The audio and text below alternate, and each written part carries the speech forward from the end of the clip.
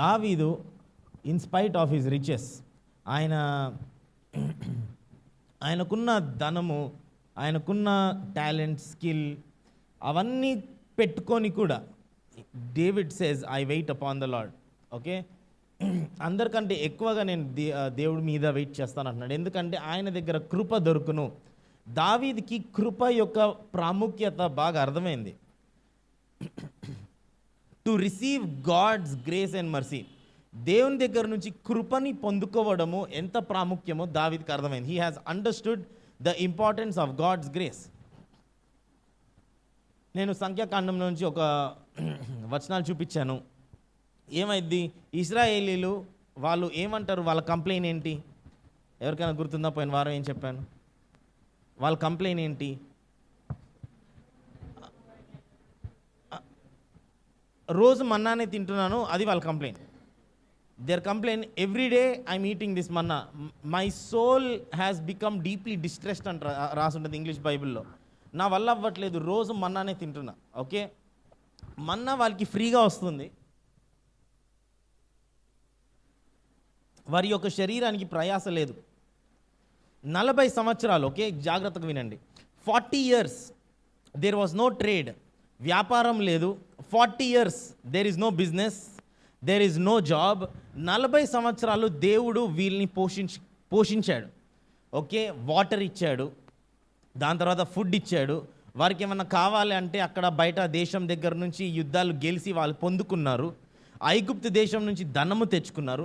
40 సంవత్సరాలు వీరు దేవుడు చెప్పిన పని తప్ప ఇంకేం చేయాల్సిన అవసరం రాలా. For 40 years they did not have to do like యుద్ధం చేయాల్సి వచ్చింది, దాని తర్వాత కొన్ని మన్నా వెళ్ళి ఏరుకొని రావాల్సి వచ్చింది. ఇటువంటి పనుల కన్నా ఇంకా వారు వేరే పనులు చేయాల్సిన అవసరం రాలా.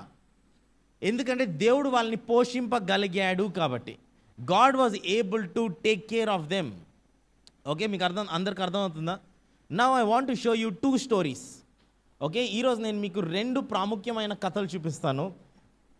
I want you to tell me what you think is the difference. Okay, వెళ్దాం. లూకాసు వార్త 5వ అధ్యాయము. లూకాసు వార్త 5వ అధ్యాయము. లూకాసు వార్త 5వ అధ్యాయము. Luke chapter 5 verse మొదటి నుంచి చదువుదాం. Let's read from starting. జనసమూహము ఓకే దేవుని వాక్యము వినుచు ఓకే ఆయన మీద పడుచుండగా ఓకే ఆయన గెన్నేసరేతు సరస్సు తీరమున నిలిచి ఆ సరస్సు తీరముననున్న 2 దోణులను చూచెను. జాలరులు వాటిలో నుండి దిగి తమ వలలు కడుగుచుండిరి.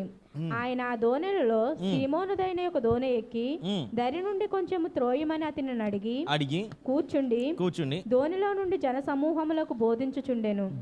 దోణిలో నుంచి జన సమూహముకు బోధించుచుండెను. ఆయన బోధించుట చాలించిన తర్వాత నీవు దోణిను లోతునకు నడిపించి చేపలు పట్టుటకు మీ వలలు వేయుడని సీమోనుతో చెప్పగా సీమోను ఏలినవాడా, రాత్రి అంతయు మేము ప్రయాసపడితిమి గాని మాకేమీ దొరకలేదు. ఆయనను నీ మాట చొప్పున వలలు వేతునని ఆయనతో చెప్పెను. వారు అలాగు చేసి విస్తారమైన చేపలు పట్టిరి. ఎన్ని పట్టిరి? ఓకే, చేపలు పట్టిరి.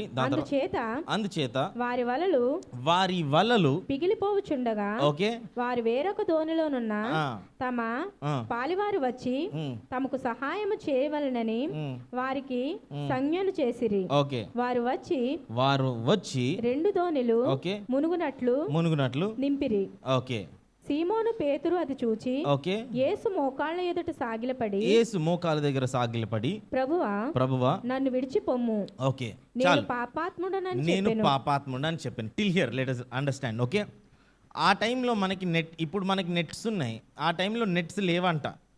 They did not have net. So వారి దగ్గర కొన్ని లినెన్ క్లాత్, మన దగ్గర గోని సంచులు ఎట్లా ఉన్నాయి, దే హ్యాడ్ ఫ్యాబ్రిక్. ఆ ఫ్యాబ్రిక్ని వాళ్ళు క్లీన్ చేయడం అంటే చాలా పని.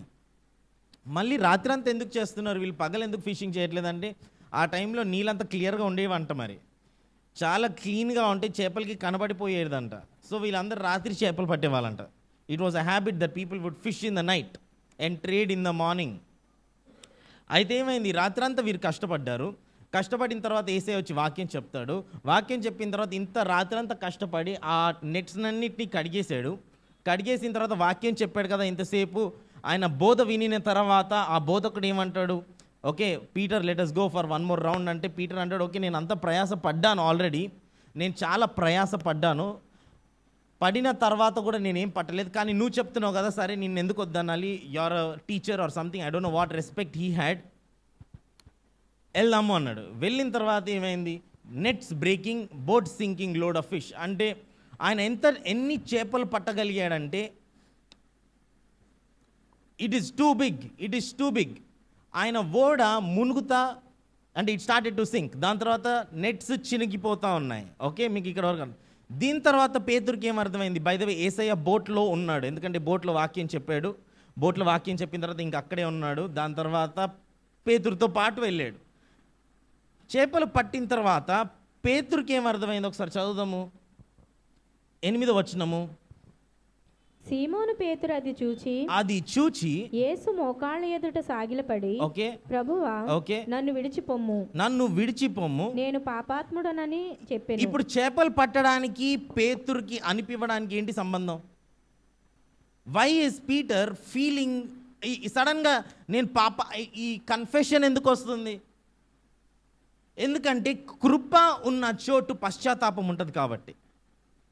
మీకు అందరికి అర్థం అవ్వాలి. కృప ఉన్న చోటు. ఒకసారి రోమిల్కి రాసిన పత్రిక 5వ అధ్యాయం 21వ వచనానికి వెళ్దాము. రోమిల్కి రాసిన పత్రిక 5వ అధ్యాయము 21వ వచనము. ఏంటా బిల్లు? రోమన్స్ చాప్టర్ 5:21 చదవండి. మరియు అపరాధము విస్తరించినట్లు ధర్మశాస్త్రము ప్రవేశించెను.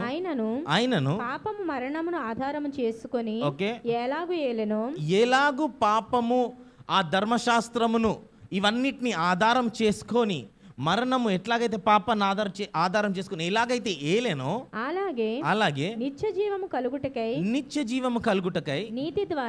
నీతి ద్వారా కృపయు మన ప్రభువైన యేసుక్రీస్తు మూలముగా ఏలు నిమిత్తము పాపము ఎక్కడ విస్తరించెనో అక్కడ కృప అపరిమితంగా అక్కడ కృప ఇంకా విస్తరించి. కృప ఉన్న చోటు పశ్చాత్తాపం వస్తుంది. Listen very carefully. కృప ఉన్న చోటు దేర్ ఈజ్ రిపెంటెన్స్. మనం అనుకుంటాము ఫస్ట్ వాడు పశ్చాత్తాప పడాలి, తర్వాత నేను కృపనిస్తాను అనుకుంటాను. That does not happen like that. పౌలు ఏం చేస్తాడంటే ఊరంతా తిరుగుతూ ఉంటాడు. ఇప్పుడు మనం ఇండియన్స్ అమెరికా వెళ్తారు, ఇండియన్స్ ఆస్ట్రేలియా వెళ్తారు, అక్కడిక్కడికి వెళ్తారు. ఎందుకు వెళ్తారు? డబ్బుల కోసం వెళ్తారు. Many pastors I'm talking about, they will go so that they can earn money, they will go so that they can get some contacts, networks and all of this things. కానీ పౌలు ఎందుకు వెళ్ళాడు అంటే వారికి ఇవ్వడానికి వెళ్ళాడు. కృప ఇచ్చినప్పుడు పశ్చాత్తాపం వస్తుంది. So Paul was a giver. ఆయన అంటే ఇది నా వాక్యం కాదు, నేను మీకు ఊరికే చెప్తున్నాను టిప్స్. ఓకే, మీకు ఎవరి దగ్గర అయినా మీరు కృప పొందుకోవాలంటే, ఎవరి దగ్గర నుంచి అయినా మీరు మార్పు పొందుకోవాలంటే ఫస్ట్ మీరు వారి దగ్గర కృప ఇవ్వాలి. కొంతమందికి పనిచేసిద్ది, కొంతమందికి బహుశా పని చేయకపోవచ్చు. You give them grace. So కృప కనపడిన వెంటనే పేతురుకి ఏం కనపడిందంటే, పేతురు చాలా ఎక్స్పీరియన్స్డ్ ఫిషర్ మ్యాన్. పగలు వీళ్ళు వెళ్ళారు, రాత్రి కాదు. ఓకే, ఇంతసేపు వీరు కష్టపడ్డారు. సడన్గా యేసయ్య మాట ద్వారా ఏమైంది, చేపలు వచ్చేసినాయి. అది కూడా ఒక బోట్ నిండాల, 2 బోట్స్ నిండినాయి. ఎంత నిండినాయి అంటే బోట్ మునగడం. అసలు పేతురుకి ఏం అర్థమైందంటే ఇది మనిషి యొక్క ప్రయాస వల్ల కాదు, కానీ దేవుడి యొక్క మాట వల్ల అని పేతురుకి అర్థమైంది. ఇప్పుడు ఓడ మునుగుతా వచ్చాను. ఓకే, ఇది గుర్తుపెట్టుకోండి. Now come to John chapter 21. యోహాను 21వ అధ్యాయం, జాన్ చాప్టర్ 21. ఓకే, ఇది దేవుడు తిరిగి లేచాడు, చనిపోయాడు, తిరిగి లేచిన తర్వాత మళ్ళీ పేతురు ఏం చేస్తున్నాడు అంటే వారందరు ఫ్రెండ్స్కి ఏం చెప్తున్నాడు అంటే, సరే మనం మళ్ళీ ఫిషింగ్కి వెళ్దాం. యాక్చువల్లీ మీరు లూకా సువార్త 5వ అధ్యాయంలో చదివిన తర్వాత ఏమైందంటే, యేసయ్య అంటాడు, పేతురు ఇన్ని సంవత్సరాలు నువ్వు చేపల్ని పట్టావు, ఇప్పుడు నుంచి నిన్ను మనుషుల్ని పట్టేలాగా నేను చేస్తాను అంటే, పేతురు అవన్నిటిని అక్కడ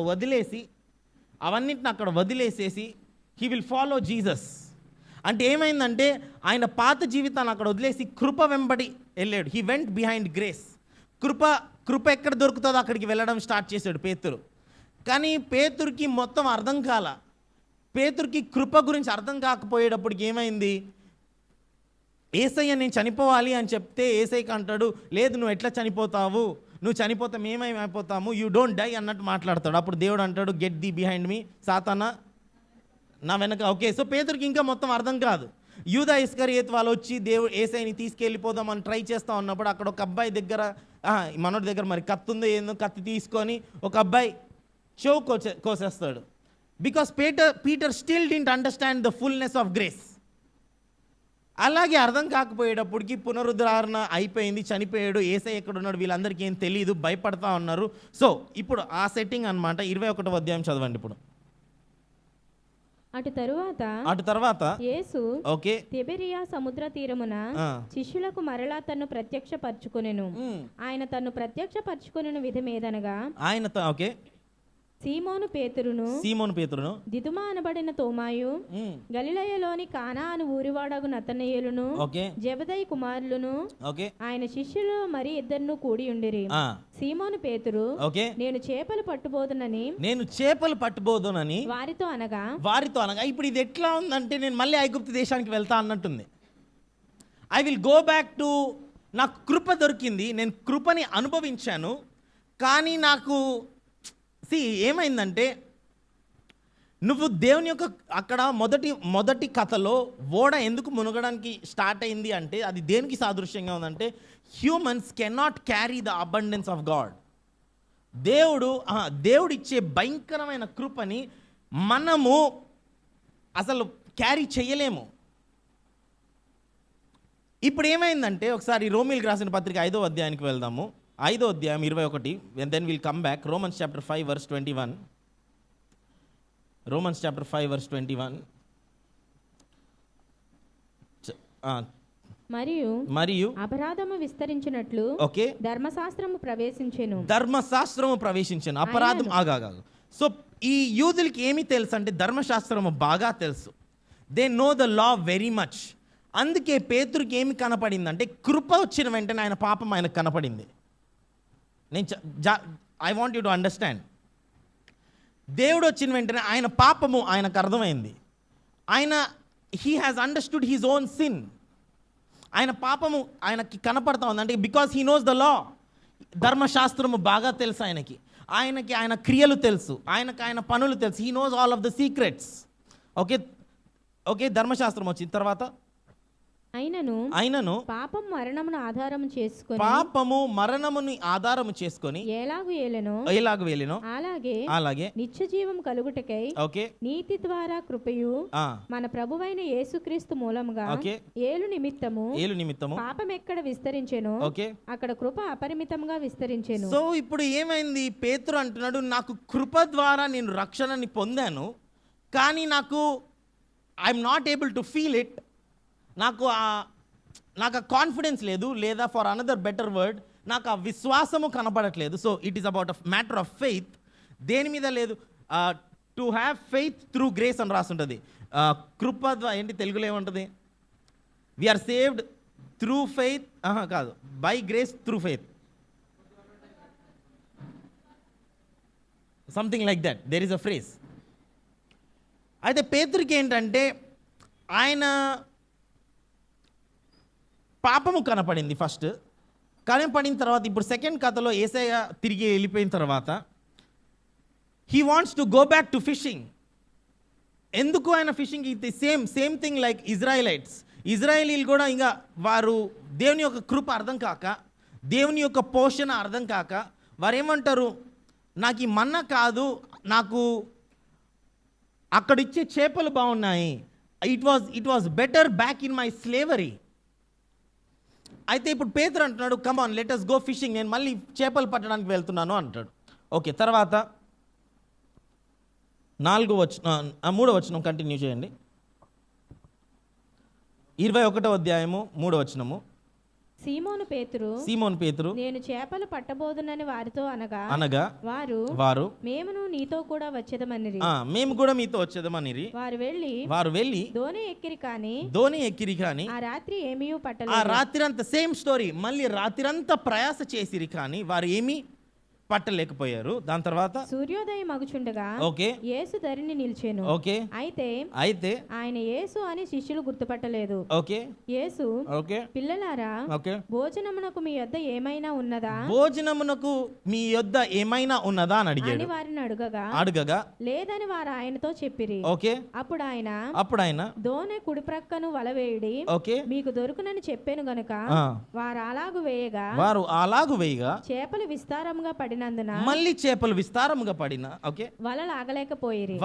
ఓకే నెక్స్ట్ కాబట్టి యేసు ప్రేమించిన శిష్యుడు ఆయన ప్రభువు సుమి అని ఓకే పేతురుతో చెప్పెను. ఆయన ప్రభు అని సీమోను పేతురు విని వస్త్రహీనుడై ఉన్నందున పై బట్ట వేసుకొని సముద్రంలో దూకి దరి ఇంచుమించు 200 మూరల దూరం ఉన్నందున తక్కిన శిష్యులు చేపలు గల వలలాగుచు ఆ చిన్న దోణిలో వచ్చిరి. సో నౌ వెయిట్, మొదటి కథలో ఏమైంది? పేతురు ఏమంటాడంటే యేసయ్యని వెళ్ళిపోమంటాడు. ఇన్ ద ఫస్ట్ స్టోరీ పేతురు అంటాడు okay depart from me for I am a sinner. ఎందుకంటే ఆయన పాపం కనపడింది. మనకి ఎన్ని రోజులైతే మన పాపము కనపడతాదో మనం కృపని అనుభవించలేము. ఓకే నేను చెప్తున్నాను చూడండి, as long as you can see your sin, ఎన్ని రోజులైతే నేను పాపిని, there is a Telugu song, కుక్క వలే తిరుగుచున్నా నన్ను, నువ్వు కుక్క అనుకుంటే నువ్వు కుక్కే. If you think your dog you are dog, if you think your sinner you are sinner. కానీ దేవుడు ఏమంటున్నాడంటే పాపము ఎక్కడైతే విస్తరించినో అక్కడ కృప ఇంకా ఇట్ హ్యాస్ సూపర్సీడెడ్. సో పేతురుకి ఏంటంటే పాపము ఆయనకు అర్థమైంది. ఆయన అంటాడు ఓకే దేవా నువ్వు నా దగ్గర నుంచి వెళ్ళిపో. అది ఫస్ట్ స్టోరీ. అప్పుడేమైంది? దేవా నువ్వు నా దగ్గర నుంచి వెళ్ళిపో అంటే net breaking, boat sinking, load of fish. అంటే కృపని అనుభవించడానికి ఈయన దగ్గర చోటు లేదు. కృపని లేదంటే ఆశీర్వాదన అనుభవించడానికి ఈయనకి చోటు లేదు. There is no place if you look at yourself as sinner.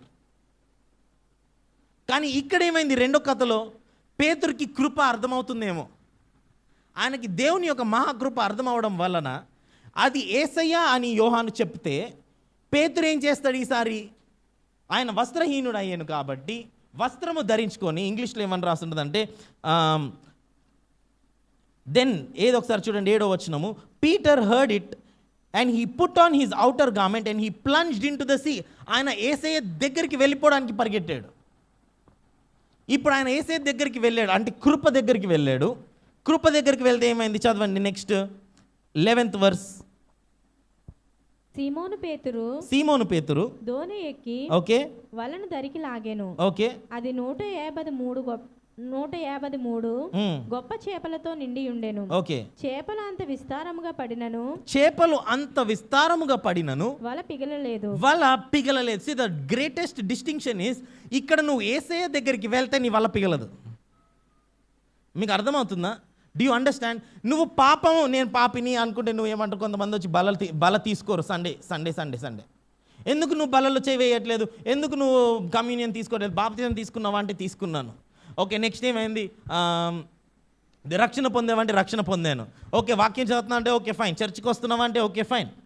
ఇవన్నీ ఉన్నాయి కానీ నువ్వు బల్ల ఎందుకు తీసుకోవట్లేదు అంటే వాడు అంటాడు అన్న నేను ఈ వారం అంతా కొంచెం దేవుడికి దగ్గరగా లేను, దేవుడికి దూరంగా ఉన్నా. ఓకే నువ్వు దేవుడికి దూరంగా ఉన్నావని నీకు అనిపిస్తుంది. ఇది ఎవరి ప్రాబ్లం? ఇది దేవుని ప్రాబ్లం కాదు, అది నీ ప్రాబ్లము. ఎందుకంటే నీకు అనిపించే దానివల్ల నీ నెట్స్ పగిలిపోతూ ఉంటాయి. మీకు అర్థమవుతుంది? Are you understanding what I'm trying to say? మీకు కృప యొక్క అనుభవము అర్థం కావట్లేదు కాబట్టి మీ యొక్క ఓడ మునుగుతా వచ్చును. కానీ ఏ రోజైతే నువ్వు okay fine I will run to Jesus. ఇప్పుడు ఏంటంటే నీకు చేపలు అనవసరం, నీకు ఓడ అనవసరం, నీకు యేసయ్య కనపడ్డాడు, ఐ విల్ త్రో ఎవ్రీథింగ్. ఇప్పుడు వరకు ఏమన్నాడు? పద నేను మళ్ళీ చేపలు పట్టడానికి వెళ్తా అన్నాడు. ఎందుకంటే it is going back to a place where I will work hard for my righteousness. నా నీతి కోసం నేను ప్రయాసపడి, ఓకే నా నీతి కోసము నేను కష్టపడి, నేను పని చేసి దాన్ని సంపాదించుకుందాము అన్న చోట దగ్గర నుంచి పేతురుకి యేసయ్య కనపడతాడు. యేసయ్య కనపడిన తర్వాత దూకేసేసి పరిగెడతాడు. 153 చేపలు పడతారు. పట్టిన కూడా ఏమైందంటే అది పగలవు. ఇప్పుడు ఇంకొక విషయం చెప్తాను చూడండి. యేసయ్య వీళ్ళని ఏం అడుగుతాడు? కమ్ సి 5వ వచనం చూడండి. యేసయ్య వాళ్ళని ఏం అడుగుతాడు? 5వ వచనం. యేసు పిల్లలారా భోజనమునకు మీ యొద్ద ఏమైనా ఉన్నదా? ఎందుకు అడిగాడు అట్లాగా? భోజనమునకు మీ యొద్ద ఏమన్నా ఉన్నదా అని అడిగాడు. ఓకే, తర్వాత 8వ వచనానికి రండి. 9వ వచనానికి రండి. వారు దిగి దరికి రాగానే అక్కడ నిప్పులను వాటి మీద ఉంచబడిన చేపలను ఇది పేతురు ఇచ్చిన చేపలు ఇంకా రాలా. పేతురు ఇచ్చిన చేపలు ఇంకా రాలా. దేవుడి దగ్గర ఆల్రెడీ నిప్పులు చేపలు ఆల్రెడీ ఉన్నాయి. He already had what he's asking for. మరి ఎందుకు అడిగినట్టు అంటే he wants to show Peter నీ ప్రయాస, the work that you are doing, it doesn't matter. దేవుడు కృప పొందుకోవడానికి నువ్వు చేసే పనికిరాని పని. It is a work that does not count. నువ్వు నా దగ్గరికి రా, నేను నీకు ఇస్తా చేపలు. You come to me, I will give you. నువ్వు నా దగ్గరికి రా. అందుకే దావీదుకి అర్థమైంది ఏంటంటే, ఆయన రాత్రంతా నేను వాచ్మెన్ కన్నా ఎక్కువగా నేను వెయిట్ చేస్తే నాకు ఆయన దగ్గర కృప దొరికాను. నాకు ఆయన దగ్గర సంపూర్ణ విమోచన. మన జీవితానికి మూలరాయి కృప. దేవుడిని ఏదన్నా కదిలింపబడగలుగుతుంది అంటే అది దేవుని కృప. మీకు చెప్పేది వినండి. దేవుడిని ఏదన్నా మనసు మార్చగలుగుతుంది అంటే అది దేవుని కృప. మనం ఏమనుకుంటాం అంటే, ఓకే ఇన్ని రోజులు నేను ఫాస్టింగ్ ప్రేయర్ చేసాను, దేవుడు మనసు మారింది. అట్లా కాదు అది. God is not going to change based on you. Okay, కృప తర్వాత ఏదన్నా దేవుడిని మార్చగలుగుతుంది అంటే అది నీ యొక్క విశ్వాసము. కానీ ఫస్ట్ దేవుని యొక్క కృప. The first thing that changes God is God's grace. And maybe the second thing that can change God is your faith. కానీ ఫస్ట్ మనం ఏమనుకుంటాం అంటే, ఓకే నా యొక్క భక్తి, నా యొక్క ఆత్మీయత, నా యొక్క శ్రమ, నా యొక్క కష్టార్జితము, నా యొక్క సో నేను మీకు ఒక కథ చెప్తాను. Okay, I will tell you a small story.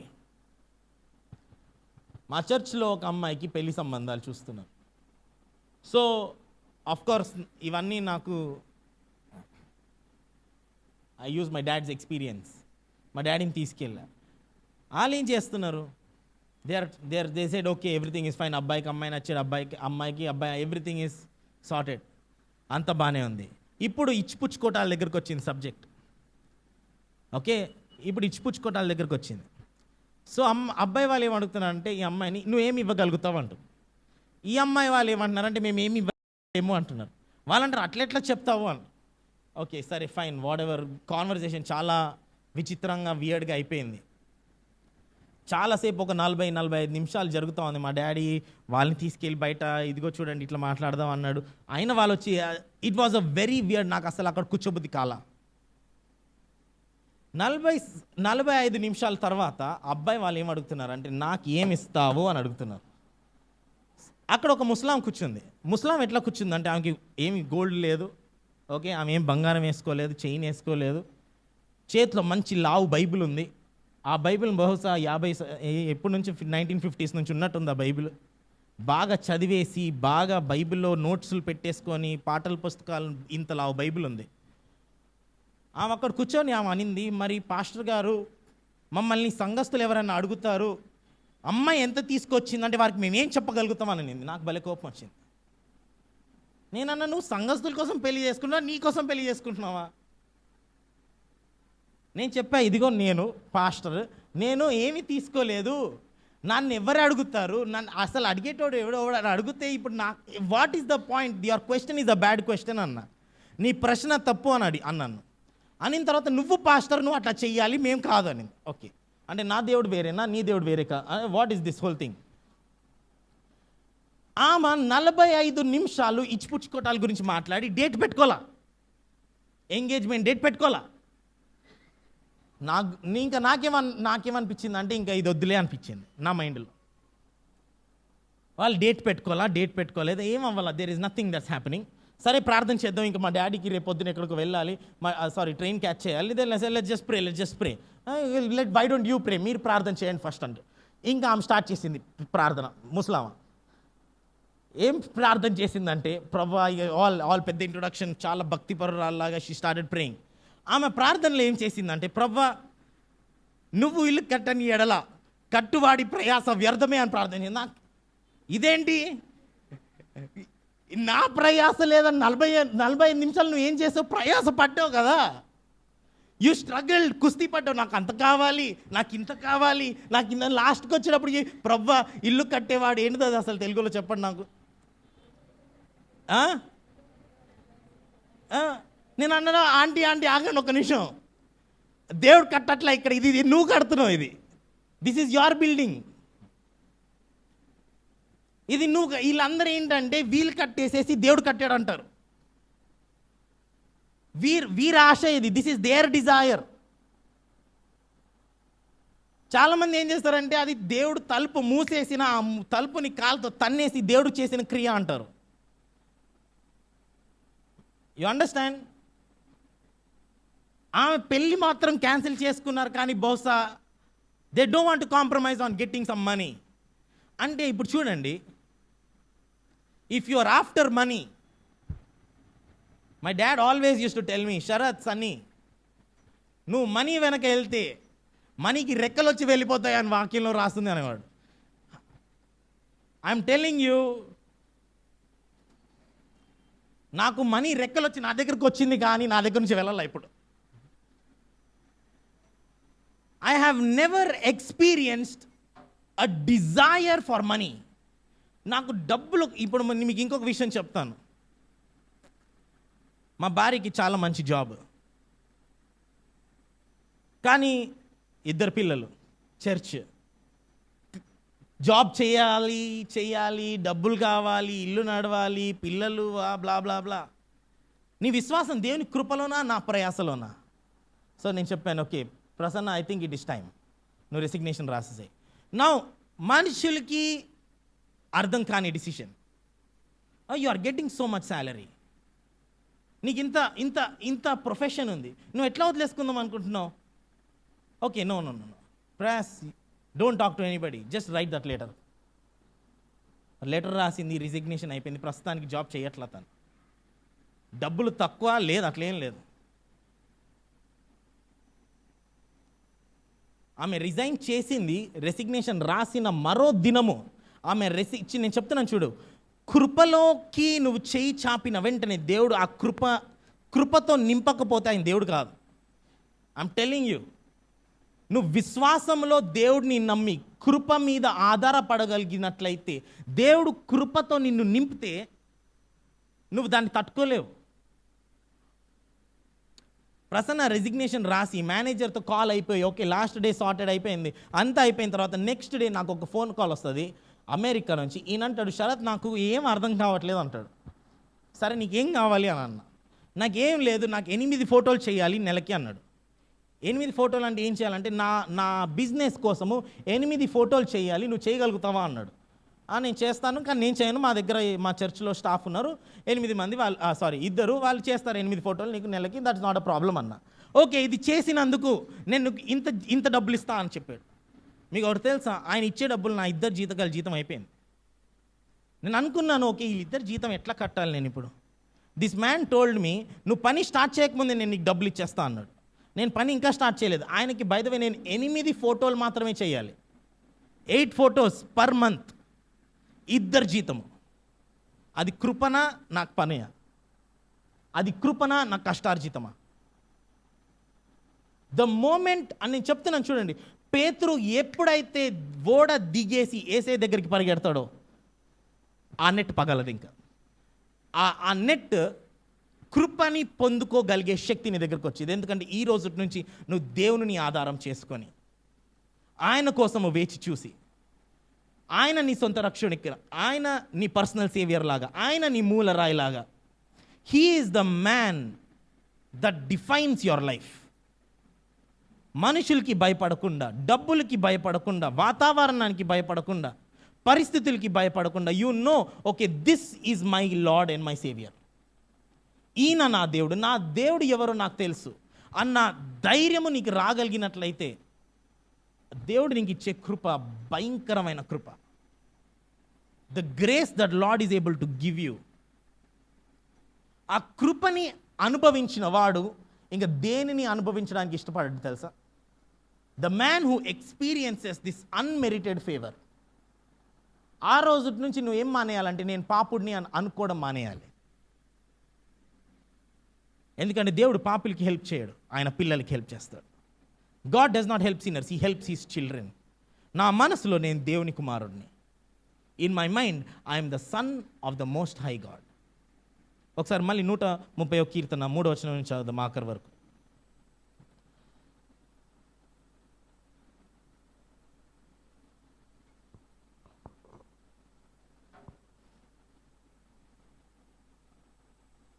యెహోవా, నీవు దోషములను కనిపెట్టి చూచిన ఎడల ప్రభువా ఎవడు నిలవగలడు? నీవు దోషమును కనిపెట్టి చూడగా ఎవరు నిలబడగలగరు? అయినను ఓకే, జనులు నీ యందు భయభక్తులు నిలుపునట్లు ఓకే, నీ యొద్ద క్షమాపణ దొరుకును. నీ యొద్ద క్షమాపణ దొరుకును. యెహోవా కొరకు నేను కనిపెట్టుకొనిచున్నాను, ఓకే, నా ప్రాణము ఆయన కొరకు కనిపెట్టుకొనిచున్నది. ఓకే, ఆయన మాట మీద నేను ఆశ పెట్టుకొని ఉన్నాను. ఆయన మాట మీద నేను ఆశ పెట్టుకొనిచున్నాను. కావలివారు ఉదయము కొరకు కనిపెట్టుట కంటే ఓకే, ఎక్కువగా ఓకే, నా ప్రాణము ప్రభువు కొరకు కనిపెట్టుచున్నది. ఓకే, కావలివారు ఉదయము కొరకు కనిపెట్టుట కంటే ఎక్కువగా నా ప్రాణము కనిపెట్టుచున్నది. ఇశ్రాయేలు యెహోవా మీద ఆశ పెట్టుకొనుము, యెహోవా మీద ఆశ పెట్టుకొనుము. యెహోవా యొద్ద కృప దొరుకును. అందరు చెప్పండి, యెహోవా దగ్గర ఏం దొరుకును? అందరు చెప్పండి, ఏం దొరుకును? కృప దొరుకును. Okay, next. ఆయన యొద్ద సంపూర్ణ విమోచన దొరుకును. ఆయన దగ్గర ఏం దొరుకును? Abundant redemption. సంపూర్ణ అంటే కంప్లీట్ అనుకుంటా తెలుగులో, సంపూర్ణం అంటే complete, but English is abundant అంటే కంప్లీట్ కన్నా ఎక్కువ. నీ ప్లేట్ నిండి పొర్లుచున్నట్టు, నీ ప్లేట్ నిండి, నా గిన్నె నిండి పొర్లుచున్నట్లుగా. ఎందుకు పొరలాలంటే దేవుడు నిన్ను కృప అపరిమితముగా, అంటే అదే నీకు డబ్బులు వేస్ట్ చేయడానికి కూడా డబ్బులు దేవుడు ఇస్తాడు. మీకు అర్థమైందా? God can give you so much grace that you can waste it. Abundant grace, abundant redemption. చదవండి 7వ వచనము. ఇశ్రాయేలు యెహోవా మీద ఆశ పెట్టుకొనుము, ఓకే, యెహోవా యొద్ద కృప దొరుకును. ఓకే, ఆయన యొద్ద సంపూర్ణ విమోచన దొరుకును. ఓకే, ఇశ్రాయేలీయుల దోషములన్నిటి నుండి ఆయన వారిని విమోచించును.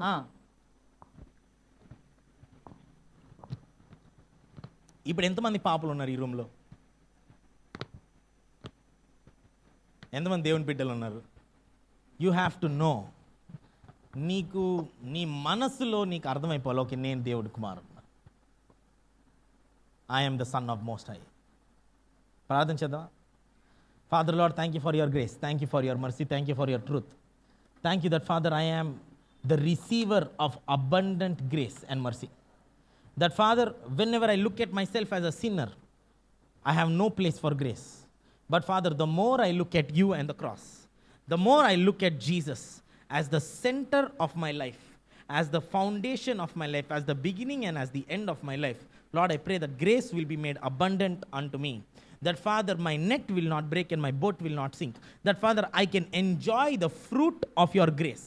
Because, Lord, you are my provider and you are the person who rescues me and calls me unto you. I love you, I praise you, give you all the glory. In Jesus' name I pray. Amen.